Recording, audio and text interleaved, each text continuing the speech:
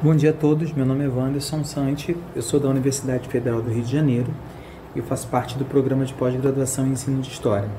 E hoje eu vim aqui para apresentar o texto Que Ensino de História Cabe na Escola. Esse texto ele faz parte do meu projeto de dissertação, é um dos capítulos da minha dissertação e a gente faz uma discussão a partir da construção coletiva do ensino de História na sala de aula. A primeira coisa a se pensar são as perspectivas teóricas sobre o ensino de História.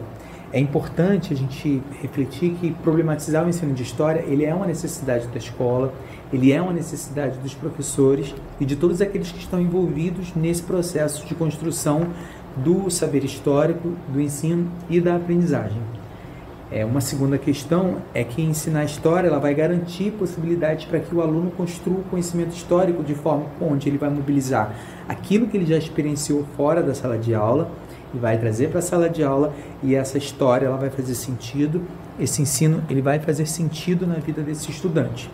A primeira autora que nós utilizamos é a professora Fonseca, onde ela traz uma discussão acerca da metodologia que precisa valorizar essa experiência, essa realidade e entender esse aluno como um sujeito no sentido de que essa história vai ser produzida a partir das experiências desse aluno, que vai se associar com os saberes escolarizados e vai se construir um ensino onde o acontecimento histórico ele vai fazer sentido dentro dessa questão e dentro dessa concepção de localidade, dentro dessa concepção social, dentro dessa concepção de cultura desse sujeito, desse estudante.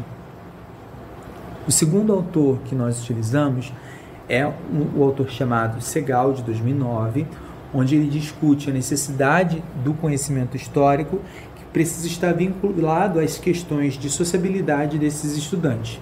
Essas temáticas elas vão ser importantes para os estudantes, essas vivências elas serão importantes no sentido de serem valorizadas pelo professor que está executando junto com esse aluno a construção desse conhecimento histórico escolar.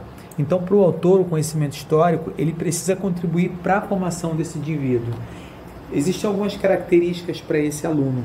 Como autor, ele vai citar aqui a questão do cotidiano contraditório, a questão da violência, a questão do desemprego, entre outras questões que fazem parte da vida desse estudante, da vida desse sujeito escolarizado. Existe uma questão importante a ser discutida aqui, é que a desigualdade, ela faz parte da vida desse estudante da escola pública, a exclusão ela faz parte desse estudante da escola pública, mas ele é um sujeito que possui essas características e essas necessidades que precisam ser valorizadas pela escola.